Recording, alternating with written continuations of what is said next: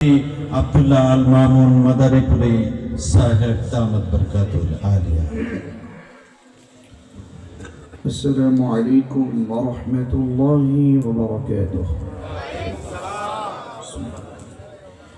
इन्नल हम्दुलिल्लाह नहमदुहु व नस्तईनुहु व नस्तगफिरुहु व नऊज़ु बिल्लाहि मिन शुरूरि अनफुसिना व सय्यिआति अअमालिना।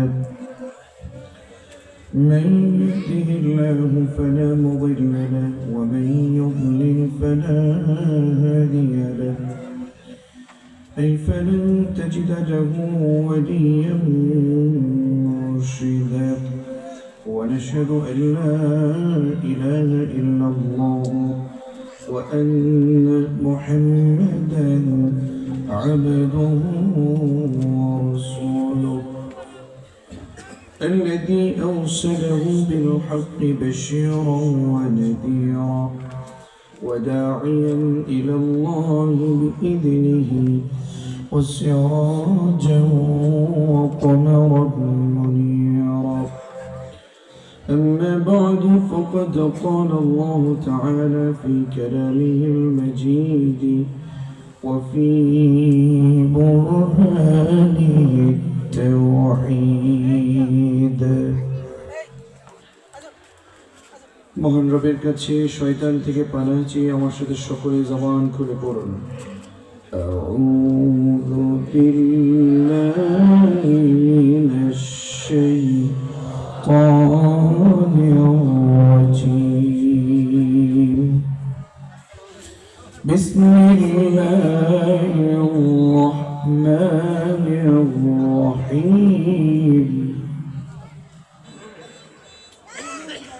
قل إن الموت الذي تفرون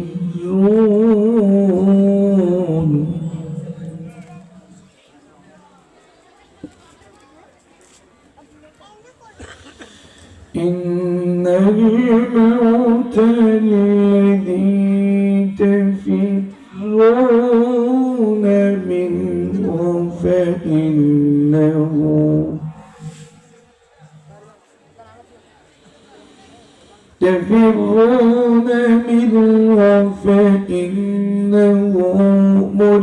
ملاقيكم ثم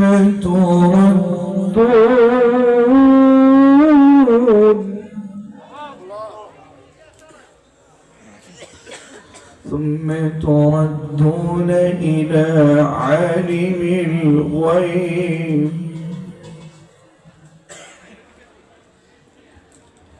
ثم تردون إلى عالم الغيب والشهادة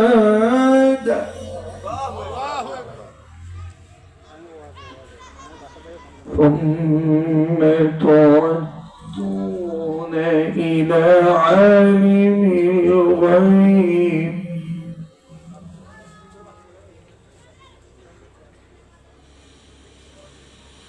ثم تردون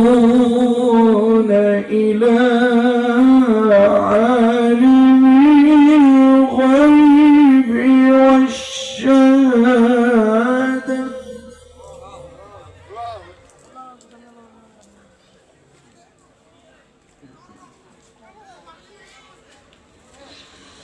والشهادة فينبئكم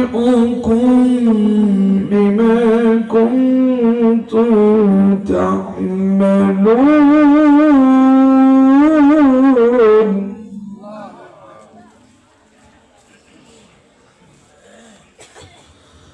الله أكبر. الله أكبر. بسم الله الرحمن الرحيم. إن الله وملائكته يصلون على النبي يا أيها الذين آمنوا صلوا عليه وسلموا تسليما আমার সাথে সকলেই জবান খুলে রাসূলের প্রেমে মাতোয়ারা হয়ে সকলেই আমার সাথে পড়ুন اللهم صل على محمد وعلى آل محمد كما صليت على إبراهيم وعلى آل إبراهيم إنك حميد مجيد اللهم بارك على محمد وعلى آل محمد كما باركت على إبراهيم وعلى آل إبراهيم إنك حميد مجيد رب زدني علما رب زدني علما رب اشرح لي صدري ويسر لي أمري واحلل عقدة من لساني يفقه قولي سبحانك لا علم لنا إلا ما علمتنا إنك أنت العليم الحكيم প্রিয় চট্টগ্রামবাসী আপনারা সকলেই কেমন আছেন আমাদেরকে ভালো রেখেছেন কে আল্লাহর নাম বলতে আপনাদের লজ্জা হচ্ছে জবান খুলে বলুন না আমাদেরকে ভালো রেখেছে কে মহান রবের অমিয় বাণী কোরআন কারীম থেকে কথা শুনতে এসে আমরা খুশি না বেজার অল্প না বেশি সত্যি বলুন তো হৃদয় থেকে অল্প না বেশি বেশি খুশি হয়ে ওনাকে খুশি করার জন্য আমাদেরকে না ওনাকে খুশি করার জন্য সকলেই পড়ছি আলহামদুলিল্লাহ আমি জানি আমার জানা মতে ফটিকছড়ির ভাইয়েরা অত্যন্ত বিনয়ী অত্যন্ত আন্তরিক ভদ্র নম্র সভ্য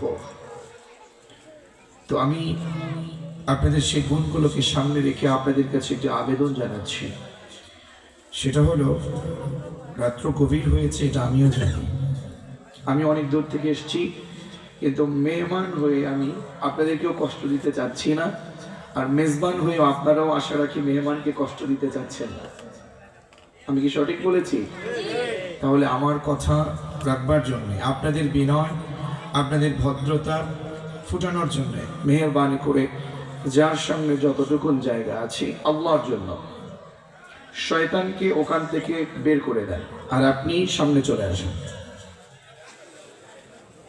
দেখবেন কিছুক্ষণ পরে ইনশাআল্লাহ আশা রাখছি আমাদের পেছনের জায়গাটুকুন আমাদের ভাইয়েরা ভরে দেবেন আল্লাহ কবুল ও মঞ্জুর করুন জি আমি জানি আপনারা অত্যন্ত ভদ্র নম্র সভ্য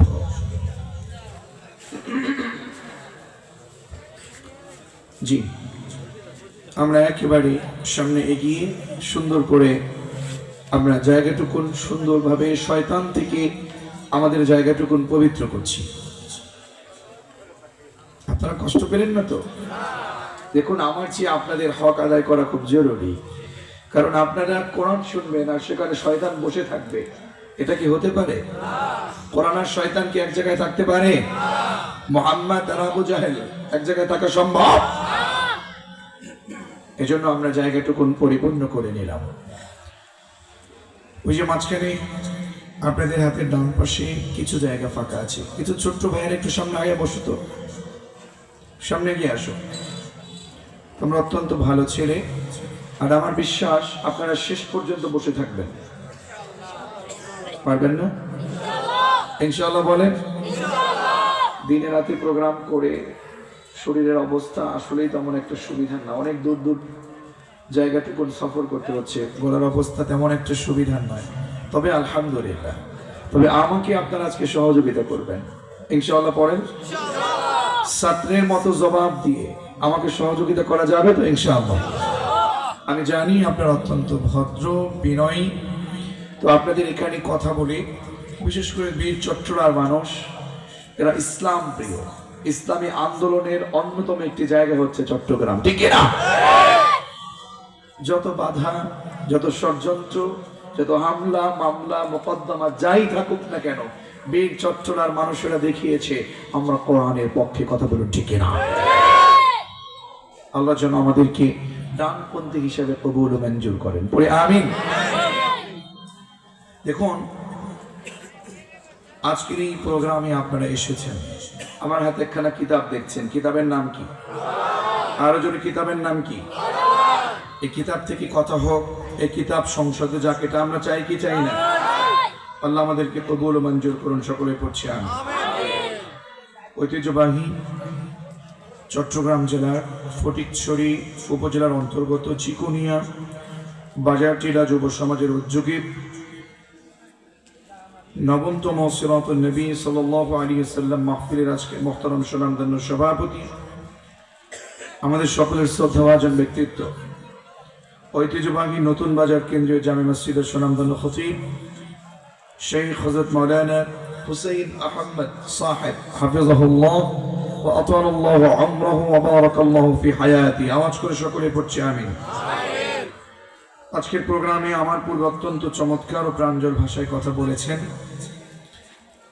আপনাদের আমাদের সকলের সুপ্রিয় আলোচক, বিশিষ্ট মিডিয়া ব্যক্তিত্ব, বিশিষ্ট ইসলামী চিন্তাবিদ, ইসলামিক স্কলার ও মুফাসসিরে কোরআন, ঐতিহ্যবাহী চট্টগ্রাম বিভাগের বাংলাদেশ খতিব কল্যাণ পরিষদের সম্মানিত আহ্বায়ক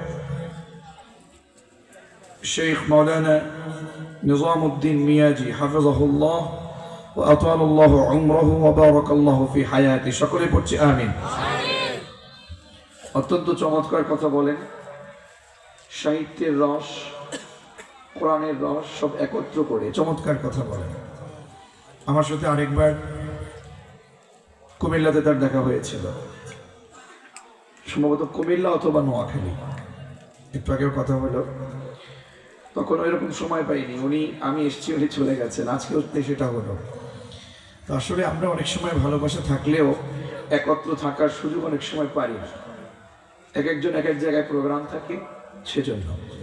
ভাই অত্যন্ত চমৎকার কথা বলেছেন, আল্লাহ তাআলা আমাদের সকলকে আমল করবার তৌফিক এনায়েত করুন, আমিন। আরো কথা বলেছেন তরুণ মুফাসসির কোরআন, সুমধুর কণ্ঠস্বর, ঐতিহ্যবাহী জুনাব আলী চৌধুরী জামে মসজিদের সুনামধন্য খতিব হযরত মাওলানা ওমর ফারুক নিজামী হাফিজাহুল্লাহ ওয়া রাহিমাহুল্লাহ। আল্লাহ তাআলা সকলকে কবুল ও মঞ্জুর করুন, আমিন। আজকের এই বাজারটিলা যুব সমাজের উদ্যোগে যাদের দাওয়াত কবুল করে এখানে এসেছি, আমার কাছে যিনি প্রথম দাওয়াত পৌঁছিয়েছিলেন আমাদের প্রিয় ভাই জনাব শফিক আল নহমান ভাই, দিলওয়ার ভাই, জাহাঙ্গীর ভাই, সাইফুল ইসলাম ভাই সহ যারা আজকে আমরা এ চমৎকার আয়োজন করেছি, তাদের হাতে হাত রেখে যে সকল যুবকেরা আজকের আয়োজন করেছেন, আমরা যারা উপস্থিত হয়েছি, আড়াল থেকে আমাদের মা বোনেরা যারা শুনছেন, মহান রব সকলকে কবুল ও মঞ্জুর করুন, সকলে পড়ছি আমিন। এই পৃথিবী চিরস্থায়ী নয়, দেখে না পাশে, এই পৃথিবী চিরস্থায়ী নয়, পৃথিবীতে চিরদিন আমরা বেঁচে থাকতে পারবো না। পারবো কি? আওয়াজ করে বলেন, পারবো কি? পারবো না। চলে যেতে হবে আমাদেরকে, এই পৃথিবী থেকে আমাদেরকে বিদায় নিতেই হবে, জোর করেও পৃথিবীতে থাকা যাবে না। কথা বলেন না কেন? পৃথিবীতে এ পর্যন্ত থাকার জন্য যারা জোর করেছে, আল্লাহ তাদেরকে ঘাট ধরে নামিয়েছে, ঠিক কি না? কেউ বলেছে 41, আল্লাহ কয় না 24, কথা কয় না। আমরা বলি 41, আল্লাহ কয় 24, হবে কোনটা? হইছে কোনটা? জোর করে কেউ পৃথিবীতে স্থায়ী হতে পারে না, ঠিক কি না? ফেরাউন ছিল, নমরুদ ছিল, হামান ছিল, আবু জাহল, উতবা, শাইবা, যাদের কথা ইতিহাসে দেখেছেন, যাদের কথা শুনেছেন, তাদের কথা শেষ আর আল্লাহর কথা শুরু, ঠিক কি না? আল্লাহ যেটা বলবেন ওটাই বাস্তবতা, ওটাই সঠিক। কারণ এই পৃথিবী কখনো চিরস্থায়ী হয়। আল্লাহ যাকে চান তাকে ক্ষমতা দেন, আর আল্লাহ যাকে চান না তাকে 45 মিনিটস দেন। কথা কন না কেন? আমি এর চেয়ে নিচে আর নামবো না, এর চেয়ে দরকার নেই। যারা বিবেকবান তারা অল্পতেই বোঝে। কথা কন না কেন? তাফসীর মাহফিলে আসলে একটু বিবেক নিয়ে আসা লাগে, ঠিক কিনা? যারা আমরা এসেছি, আমি মোটামুটি আপনাদেরকে ঘন্টাখানেক সময়ের ভিতরে ছুটি দিতে চাচ্ছি। ঘন্টাখানেক কোরআনের সাথে আজকে লেগে থাকবো। বেশ কিছু জরুরি কথা আছে। নিজেদের জীবনটাকে পরিবর্তনের প্রয়োজন আছে নাকি নেই? অনেক আওয়াজ, অনেক হাত ডাক শুনেছেন না, আজকে কোরআন থেকে কিছু তাফসীর শুনবো ইনশাআল্লাহ। আমি গতানুগতিক কথা বলা পছন্দ করি না। এমন কিছু কথা আমাদেরকে তুলে ধরতে হবে যে কথা আমাদের জীবনকে পরিবর্তন করে দিবে, ঠিক কিনা? না, যারা নামাজ পড়ি না ওনাদেরকে নামাজ পড়ানোর মতো চিন্তা শক্তির ভিতরে প্রবেশ করিয়ে দিতে হবে। যারা হারাম, অন্যায়, অপরাধ, জুলুম, নির্যাতন সবকিছুর সাথে জড়িত, ওদেরকেও কোরআনের ভয় দিয়ে সত্যের পথে ডাকতে হবে, ঠিক কিনা? অন্যায় পথ, অপরাধের পথ একমাত্র শেষ করে আলোর পথে নিয়ে আসতে পারে একটা কিতাব। কিতাবের নাম কি? বিশ্বনবীকে রব দেখে বলেন, ও রবি, আপনাকে আমি কোরআনটা কেন দিলাম জানেন? এই কোরআনটা আমি আপনাকে এমনি এমনি দেই নাই। কোরআনটাকে আমি আপনাকে এজন্য দিয়েছি, সমাজের ভিতরে যারা অপরাধ করছে, অন্যায় করছে, যারা জুলুম করছে, বেহায়াপনার পথে চলছে, সব অন্যায় অনাচারকে বাদ দিয়ে সঠিক পথে চলাবার জন্য, আলোর পথে নিয়ে আসবার জন্য আপনাকে কোরআনটা দিয়েছে কি? রব্বে কারীম বলেন, কিতাবুন আনজালনাহু ইলাইকা লিতুখরিজান নাসা মিনাল যুলুমাতি ইলান নূর। জোরে বলেন আল্লাহু আকবার। ও রাসূল, এই কিতাবটা আমি কেন দিলাম জানেন? রাসূল, আপনি দেখতে পাচ্ছেন আপনার সমাজে সুদ চলে, ঘুষ চলে, হারাম চলে, অন্যায় চলে, ঠিক না? অপরাধ চলে, বেহায়াপনা চলে, জুলুম চলে। এই সকল মানুষ যারা অন্ধকারাচ্ছন্ন জীবন যাপন করছে, সব অন্ধকারাচ্ছন্ন ডার্কনেস থেকে একেবারে আলোর পথে নিয়ে আসবার জন্য আপনাকে কোরআন দিয়েছে কি? আর এই কোরআনের পথ থেকে সরে যায় কারা? আল্লাহ তাআলা বললেন, রাসূল, আপনি কোরআনের পথে যখন ডাকবেন, দেখবেন কিছু লোক কোরআনের পথে ডাকতে চায় না, আপনার পাশে, আপনার সাথে থাকতে থাকতে হঠাৎ করে পেছন থেকে পালায়। এরকম কিছু লোক আছে না নাই? দেখবেন বলবে আমরা মাহফিলের পক্ষে, তাফসীরের পক্ষে, হুজুরের পক্ষে, আলেমের পক্ষে, পেছন থেকে আবার গুটি নাড়ায়। এমন লোক আছে না নাই? আল্লাহ বললেন, রাসূল, وَإِذَا قِيلَ لَهُمْ تَعَالَوْا إِلَى مَا أَنزَلَ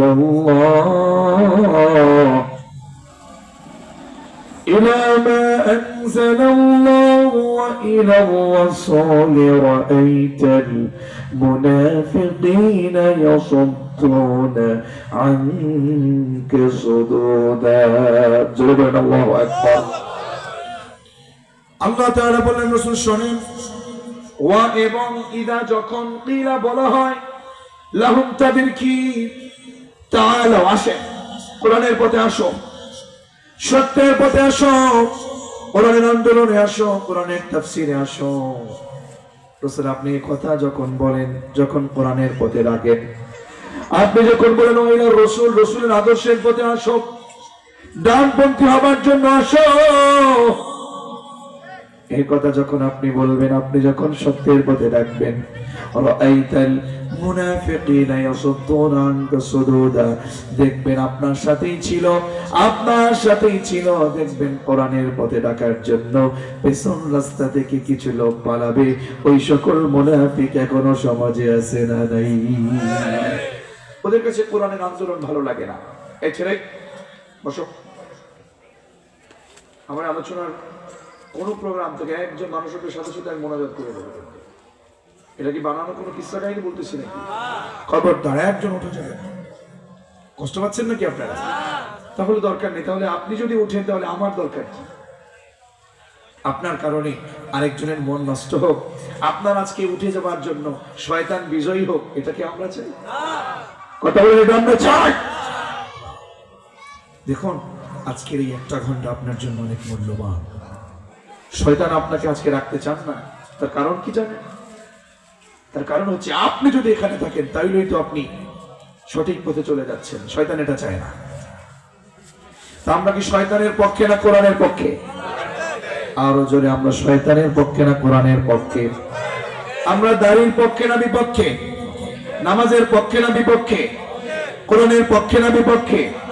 এই কোরআন আজকে যেমন করে টেবিলে রেখে আমি আপনাদের মাঝে তাফসীর করছি, এই কোরআনটা সংসদে গিয়ে কোরআন থেকে আইন প্রণয়ন হোক, কোরআন থেকে আইনকে বাস্তবায়ন হোক, এটা আমরা চাই কি চাই না?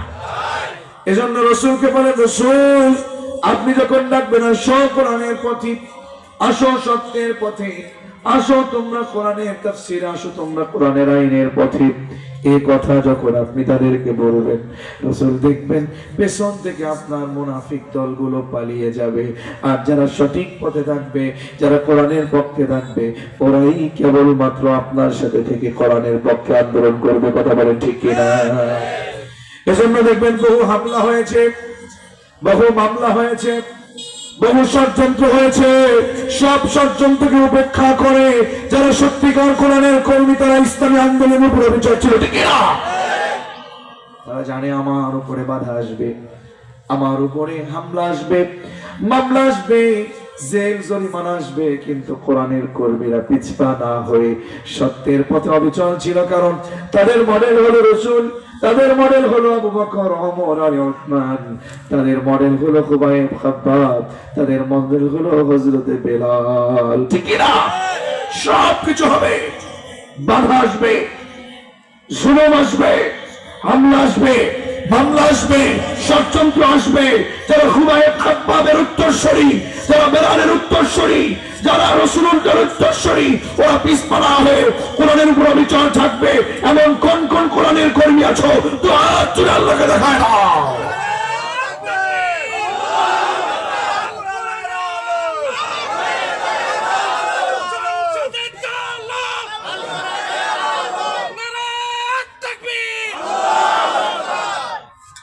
সত্যের পথে কবুল হওয়া এটা এত সহজ কথা না।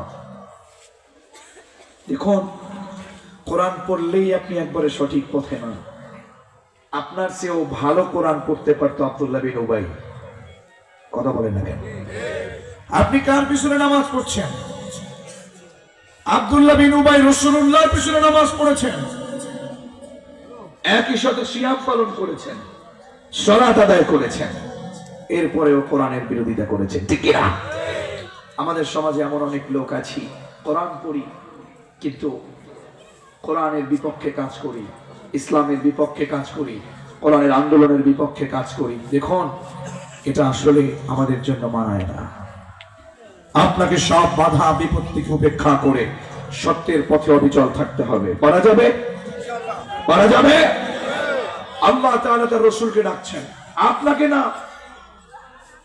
আপনাকে না, আল্লাহ তার রাসূলকে ডেকে বলছেন, ইয়া আইয়ুহার রাসূল বাল্লিগ, হে রাসূল আপনি তাবলীগ করেন।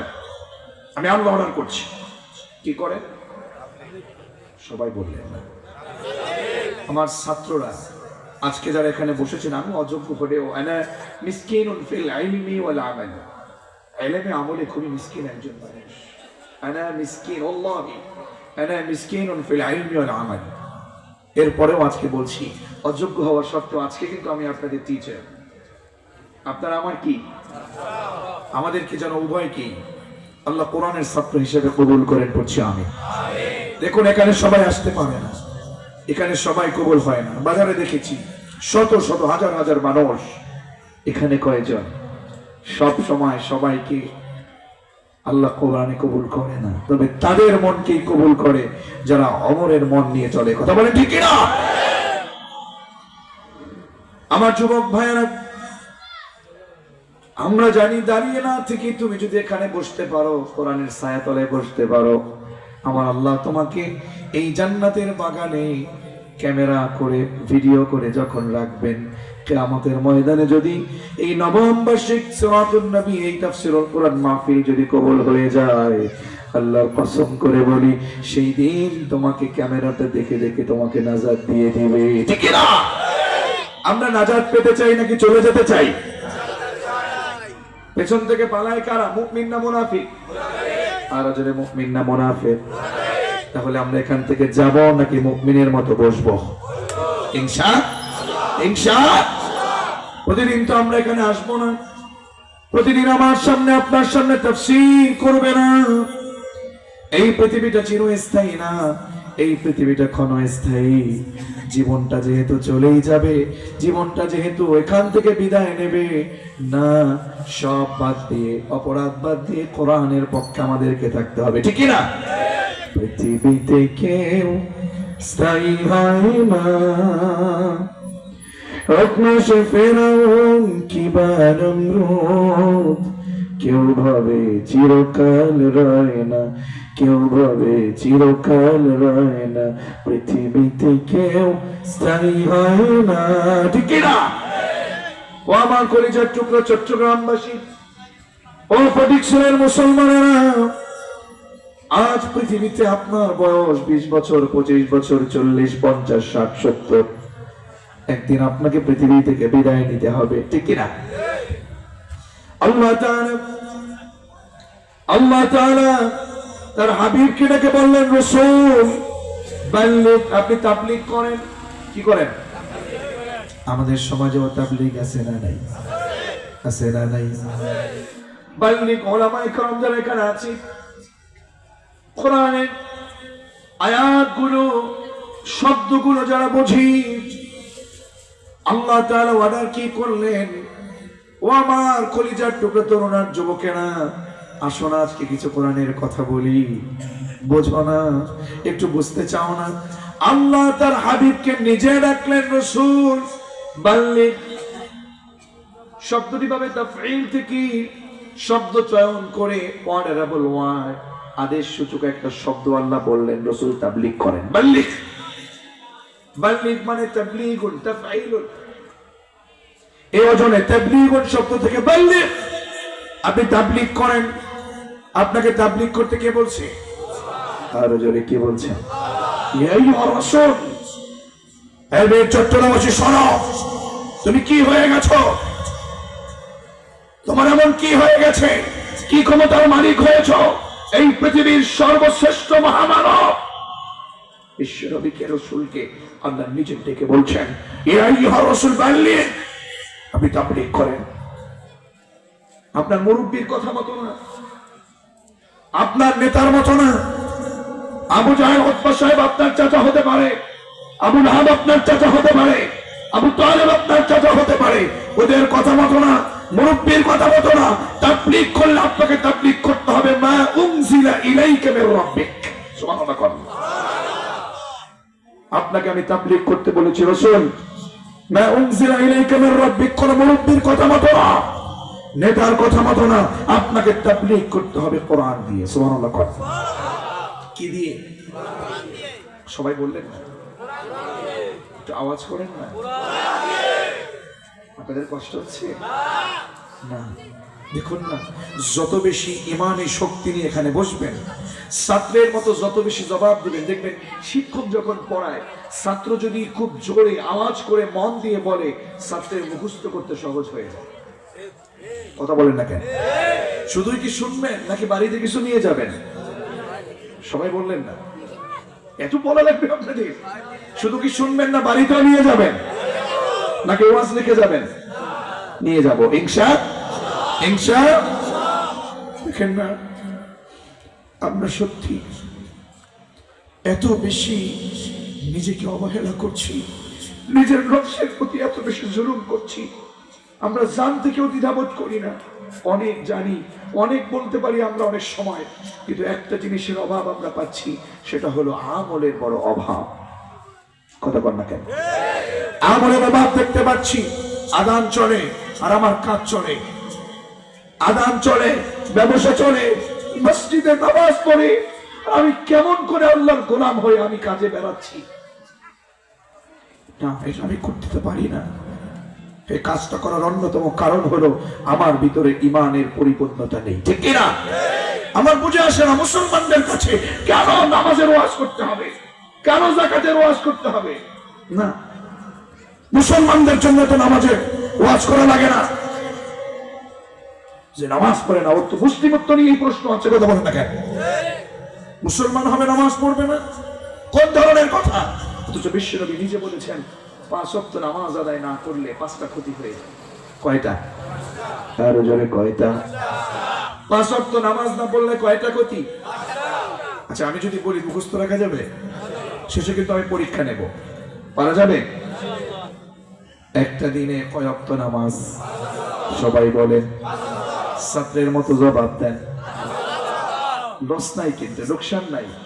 আপনি যদি নিজেকে কোরআনের ছাত্র হিসেবে কবুল করাতে পারেন, আল্লাহি আল্লাহর কসম করে বলছি, আপনি মরে গেলে আপনি জান্নাতে চলে যাবেন।